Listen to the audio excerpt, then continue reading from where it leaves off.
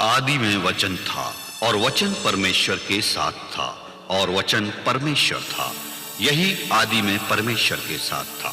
सब कुछ उसी के द्वारा उत्पन्न हुआ और जो कुछ उत्पन्न हुआ है उसमें से कोई भी वस्तु उसके बिना उत्पन्न नहीं हुई। उसमें जीवन था और ये जीवन मनुष्यों की ज्योति था। ज्योति अंधकार में चमकती है, परंतु अंधकार ने उसे ग्रहण ना किया। वो जगत में था और जगत उसके द्वारा उत्पन्न हुआ, परंतु जगत ने उसे नहीं पहचाना। वो अपने घर आया और उसके अपनों ने ही उसे ग्रहण नहीं किया, परंतु जितनों ने उसे ग्रहण किया उसने उन्हें परमेश्वर की संतान होने का अधिकार दिया, अर्थात उन्हें जो उसके नाम पर विश्वास करते थे।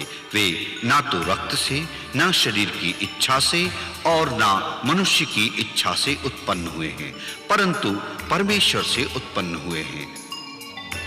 वचन देहधारी हुआ, उसने अनुग्रह और सच्चाई से परिपूर्ण होकर निवास किया। हमने उसकी ऐसी महिमा देखी जैसी पिता के इकलौते पुत्र की महिमा। उसके अनुग्रह की परिपूर्णता से हम सब ने अनुग्रह प्राप्त किया, अर्थात अनुग्रह पर अनुग्रह, क्योंकि व्यवस्था तो मूसा के द्वारा की गई थी, परंतु अनुग्रह और सच्चाई यीशु मसीह के द्वारा पहुंची। परमेश्वर को किसी ने कभी नहीं देखा, परंतु एकमात्र परमेश्वर पुत्र ने जो पिता की गोद में है उसे प्रकट किया। देखकर जहां की हालत को यूं तरस खाया उसने, छोड़कर आसमां को जमीन पर आशियां बनाया उसने।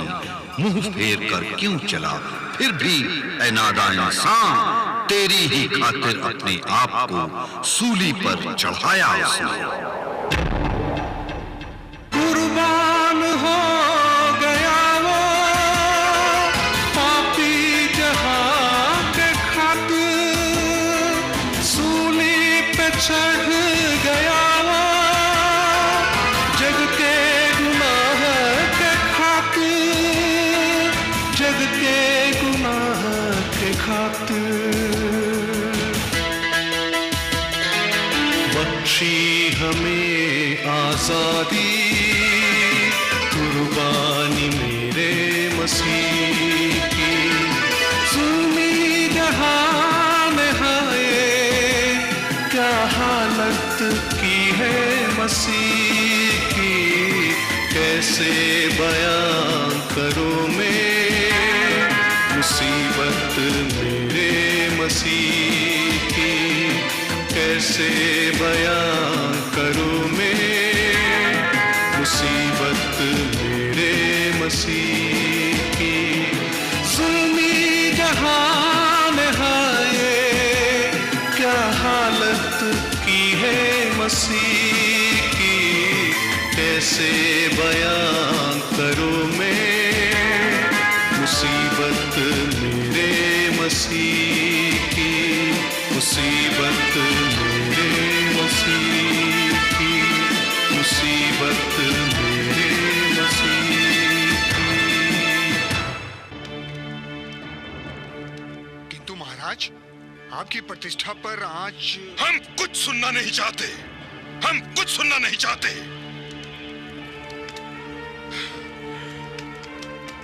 हम कभी सुनना नहीं चाहेंगे कि हमारे सिंहासन पर कोई दूसरा राजा बैठे।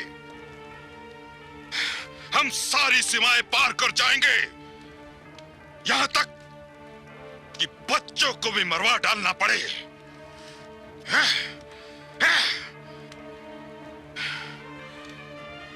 हम चाहते हैं कि यह काम कल सबसे पहले किया जाए।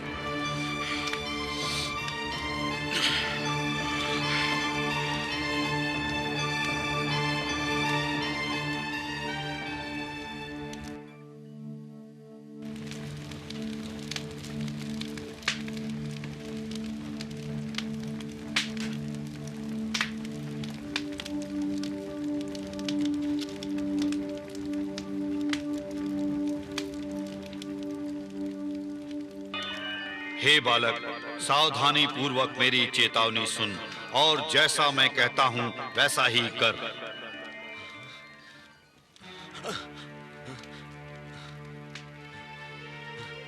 उठो उठो उठो। क्या हुआ? क्यों जगाया हमें? मैंने स्वप्न में स्वर्गदूत को देखा है। क्या? स्वर्गदूत को? उसने कहा है हमें राजा हेरोदेस के पास नहीं जाना चाहिए। क्या? क्योंकि राजा बालक को मरवा डालने का इंतजार कर रहा है। क्या? उसने ये भी कहा है हमें जितनी जल्दी हो सके अपने देश को रवाना हो जाना चाहिए। फिर तो हमें शीघ्र ही यहाँ से रवाना होना चाहिए। यदि उन लोगों ने हमें यहाँ ढूंढ लिया तो छोड़ेंगे नहीं। हाँ हाँ, तुम ठीक कह रहे हो। हमें इस स्थान को छोड़कर शीघ्र ही जितनी दूर हो सके चले जाना चाहिए। लेकिन बालक के माता पिता का क्या होगा? हाँ, उन लोगों का क्या होगा? तो क्या जिस तरह स्वर्गदूत ने हमें चेतावनी दी है, बालक के माता पिता को चेतावनी नहीं दी होगी? चलो यात्रा की तैयारी करें। हाँ, चलो।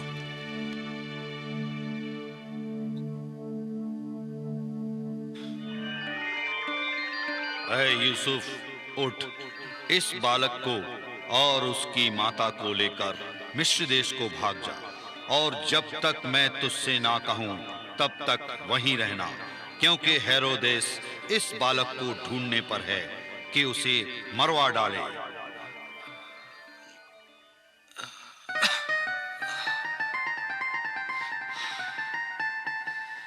मरियम, मरियम, उठो मरियम।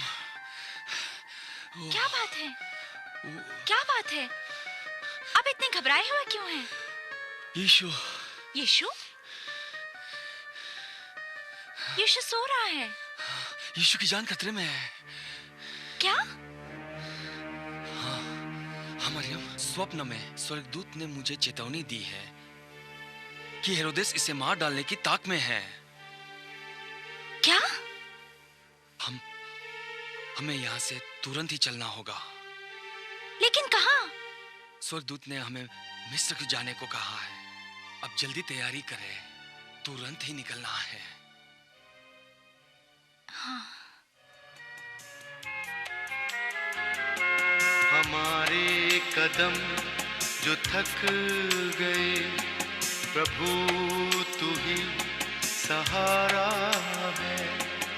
थामे हमारी बाहों को, साथी तू हमारा है।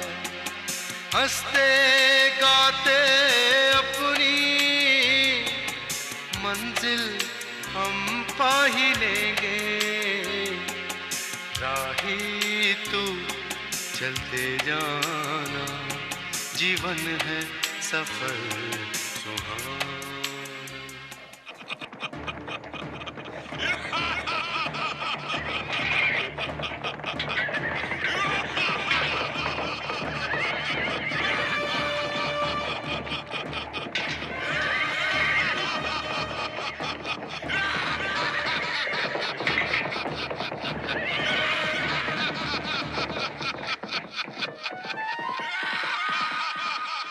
रामाह में एक करुण नाद सुनाई दिया, रोना और बड़ा विलाप। राहेल अपने बालकों के लिए रो रही थी और शांत ना होना चाहती थी, क्योंकि वे हैं नहीं। हम है राजा।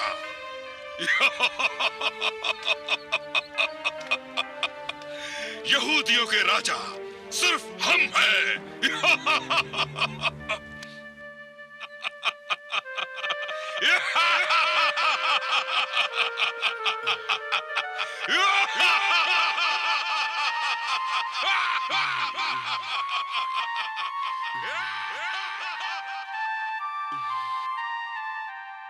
दवाई पी लीजिए।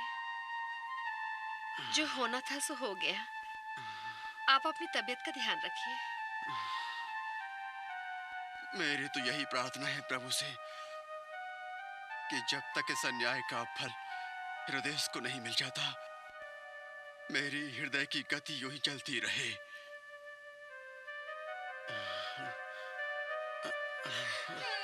जो जुल्म राजा ने हम लोगों पर किया है, जो पीड़ा हमें हुई है, मेरी प्रार्थना है कि परमेश्वर उसका लेखा ले। हाँ हाँ, उस पर कीड़े पड़े। जितना हम तड़पे उससे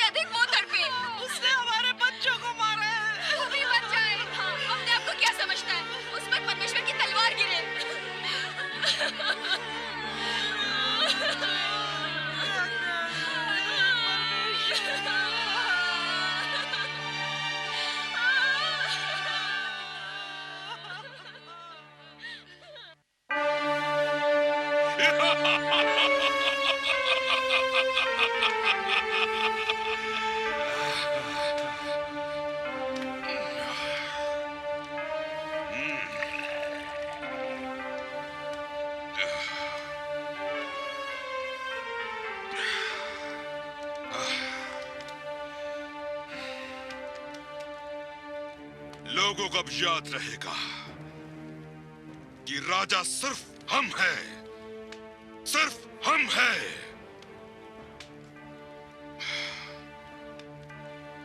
उन ज्योतिषियों को बुलाओ जो कहा करते थे राजा का जन्म हुआ है।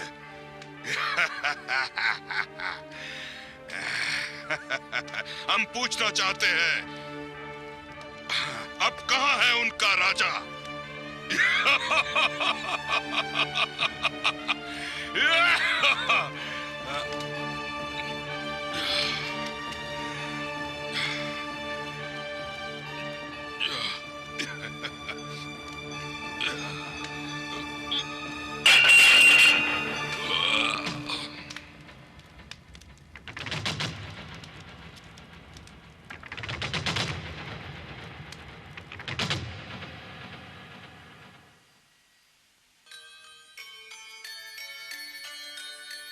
पग धीरे धीरे धरने लगे नन्हे प्रभु इस धरती पर।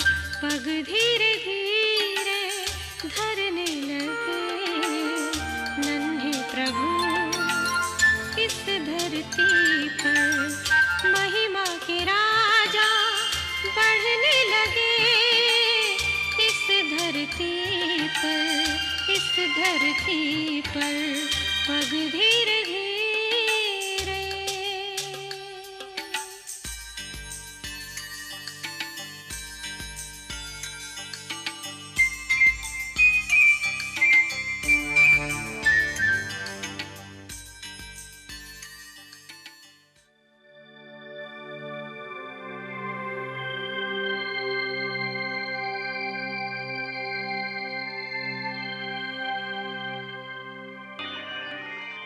यूसुफ, उठ, इस बालक और उसकी माता को लेकर इज़राइल के देश को चला जा, क्योंकि जो बालक के प्राण लेना चाहते थे वे मर गए।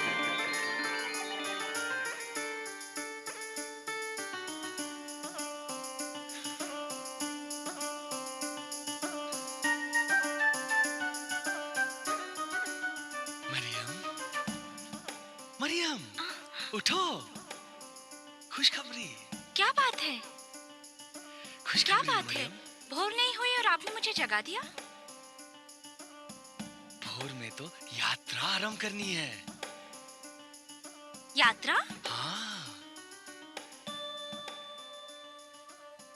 परमेश्वर के दूत ने स्वप्न में दर्शन देकर कहा है कि अब हमें वापस इज़राइल चले जाना चाहिए, क्योंकि हेरोदेस मर चुका है। सच? हाँ, चलो यात्रा की तैयारी करो। वे हेरोदेस के मरने तक वहीं रहे, इसलिए कि वो वचन जो प्रभु ने भविष्यवक्ता के द्वारा कहा था कि मैंने अपने पुत्र को बुलाया, पूरा हो। तू चलते जाना, जीवन है सफर सुहाना। सुख दुख की राह तेरी, मंजिल दूर नहीं है। राही तू चलते जाना, जीवन है सफर सुहाना।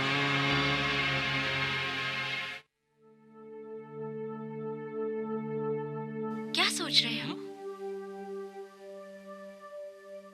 यूं ही बेथलेहम के बारे में सोच रहा था। क्या? यही जो कुछ इन 2 सालों में हुआ है। एक बात कहूं? हाँ? पता नहीं क्यों मेरा मन बेथलेहम जाने से घबराता है। मेरा भी यही हाल है। फिर? परमेश्वर पर छोड़ दो, वही हमारी अगुवाई करेगा। आमीन।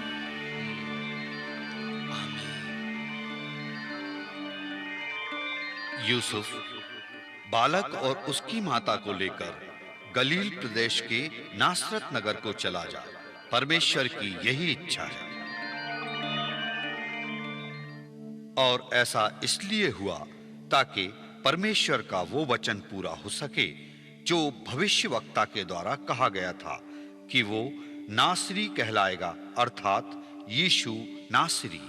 और यूसुफ, मरियम और यीशु गलील प्रदेश के नासरत नगर के लिए रवाना हो गए।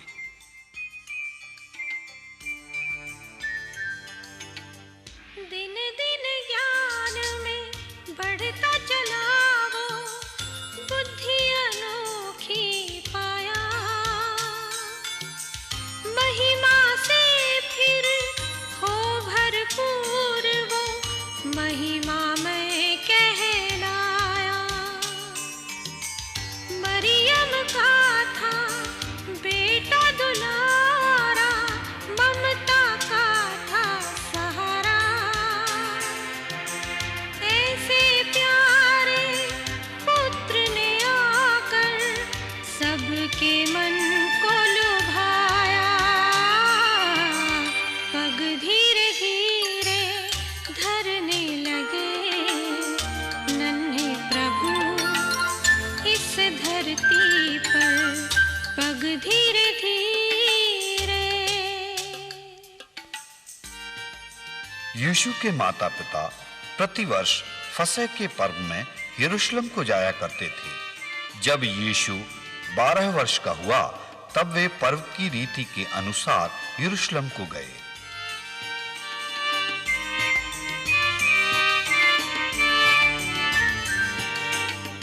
यीशु गए जब अपनों के संग, पर्व का दिन जो आया, माता पिता संग यरूशलेम के भवन में यीशु आया। लौट चले वे मंदिर से जब अद्भुत आशीष पाया, मन में लेकर ज्योत प्रभु की जीवन सफल बनाया।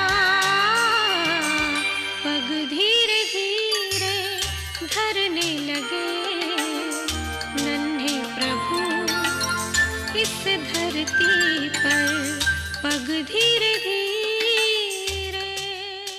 और पर्व के दिन बीत जाने के बाद यूसुफ, मरियम और बालक काफिले के संग अपने नगर को लौट रहे थे, किंतु किशोर यीशु यरूशलेम में ही रह गया। यह बात उसके माता पिता नहीं जानते थे। वे ये समझकर कि यीशु और यात्रियों के साथ होगा, एक दिन का पड़ाव निकल गए और वे उसे अपने कुटुंबियों और जान पहचान वालों में ढूंढने लगे। पर जब नहीं मिला तो उसे ढूंढते ढूंढते यरूशलेम को फिर लौट आए। घबराए जब अपने पुत्र को अपने साथ न पाया, ढूंढ ढूंढ कर अपने लाल को माँ का दिल अकुलाया। हुआ चंभा उनको जब वे फिर से भवन में पाया। 12 बरस के अपने पुत्र को ज्ञानवान संग पाया।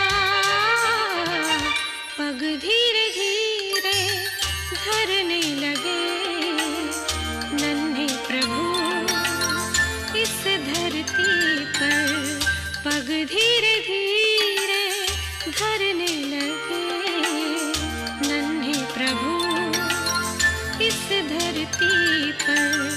महिमा के राजा बढ़ने लगे इस धरती पर, इस धरती पर, पग धीरे धीरे।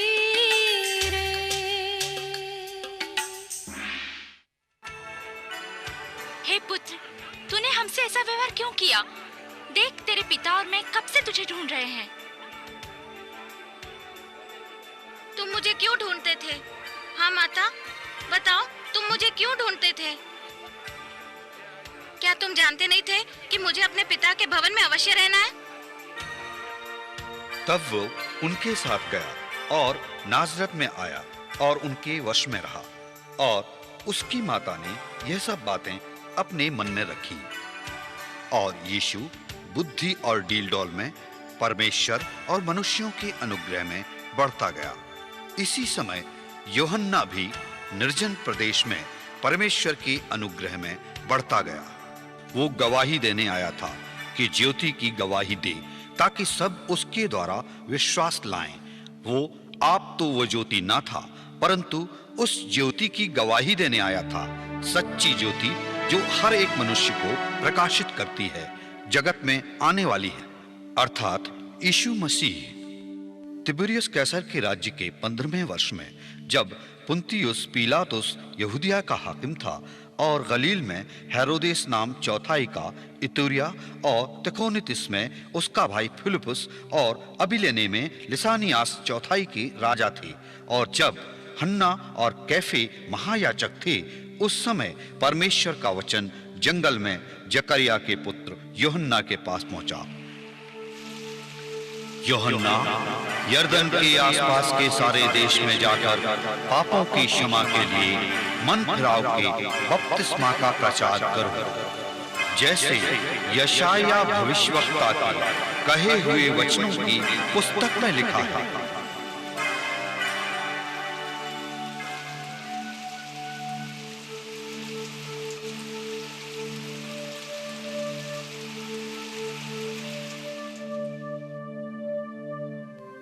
एक मनुष्य परमेश्वर की ओर से आ उपस्थित हुआ, जिसका नाम यूहन्ना था। वो गवाही देने आया था कि ज्योति की गवाही दे, ताकि सब उसके द्वारा विश्वास लाएं। वो आप तो वो ज्योति ना था, परंतु उस ज्योति की गवाही देने आया था। आवाज तुझको दे रहा है, आगुने